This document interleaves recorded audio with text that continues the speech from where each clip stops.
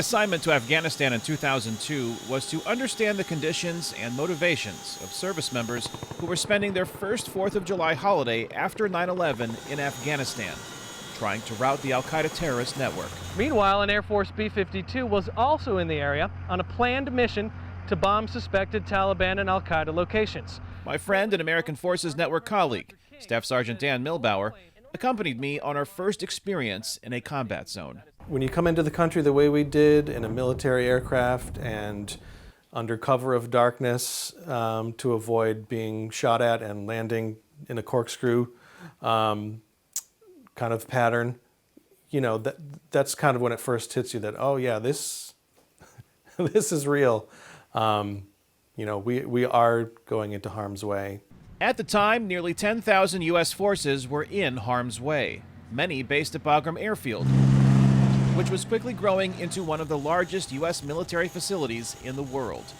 It's where Rhonda Lawson served with a U.S. Army Mobile Public Affairs Detachment, or MPAD, which hosted us in Afghanistan. I'm a print journalist by trade. To keep U.S. troops there informed, her team produced a base newspaper and other products. We run stories not just here at Bagram, but also stories from Kabul.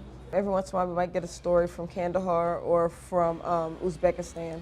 What I took pride in doing was telling the soldier story. We talked about the mission, but at the same time, I wanted people to know that our soldiers were real people. Our soldiers had families. Our soldiers had feelings. U.S. troops also received messages from back home showing passionate support for their mission. One of the cards that I got, it just said, "Kick bin Laden's ass" on it. You know, so there was that sense that we needed to get revenge. But finding bin Laden took nearly a decade.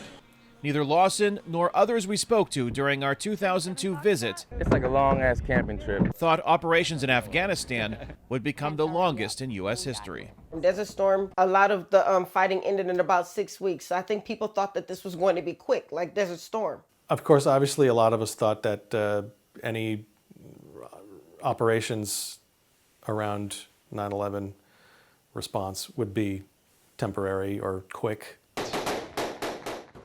As the war in Afghanistan dragged on, Millbauer returned to the country a second time in 2003 to work with a psychological operations or PSYOP unit. It's really kind of trying to, I guess, strategically put out information.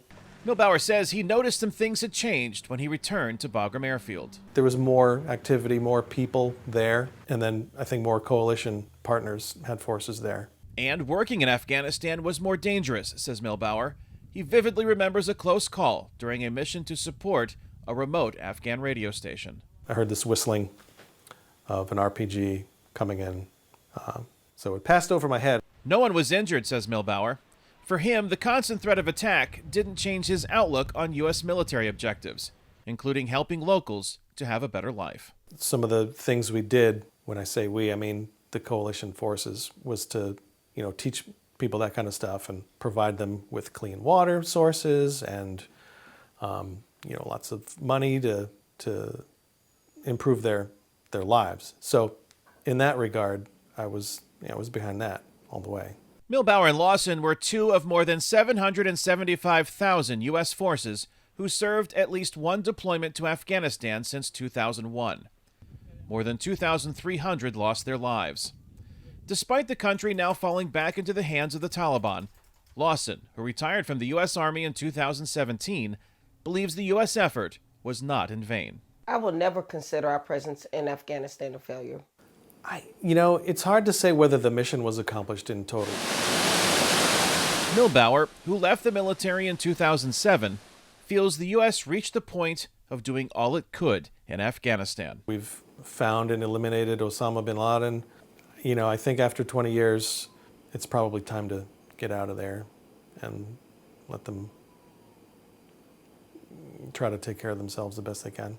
Many Afghans are now worried about how they will be treated by the Taliban, who took control of most of the country as U.S. forces pulled out of Afghanistan, ending America's longest conflict.